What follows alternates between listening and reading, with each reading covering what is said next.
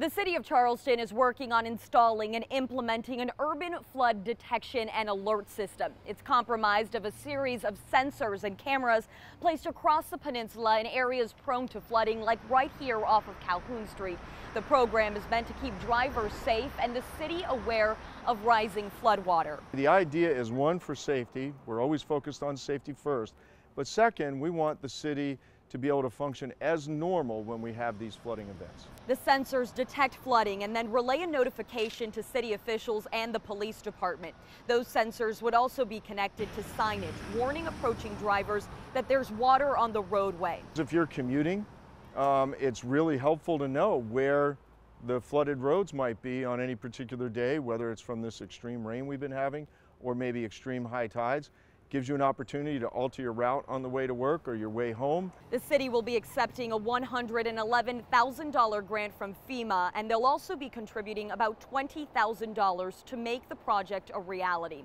It's a goal they've been working on for more than 2 years. They first started pursuing the grant after the historic floods in 2015, and since then, the city has flooded several times, posing possible hazards for drivers.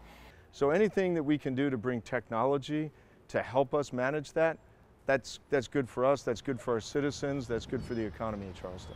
The equipment will also help the city monitor flooding, allowing them to provide information to the National Weather Service in Charleston with on-the-ground conditions. What you need to be ready to do is to deal with the flooding that you get, in addition to trying to protect yourself from flooding that may come from tropical storms, tropical systems, and the ever-increasing high tides that we'll be facing. How do we address that going forward? But at the end of the day, with the changes in the weather that we're seeing, there's going to be flooding throughout the United States. Just look on the news today. Similar systems are used in cities across the country like Houston, but this will be the first of its kind in the Low Country. It's part of the city's multifaceted approach to fixing flooding. Reporting in downtown Charleston, Sophia Arzosa, Count on 2.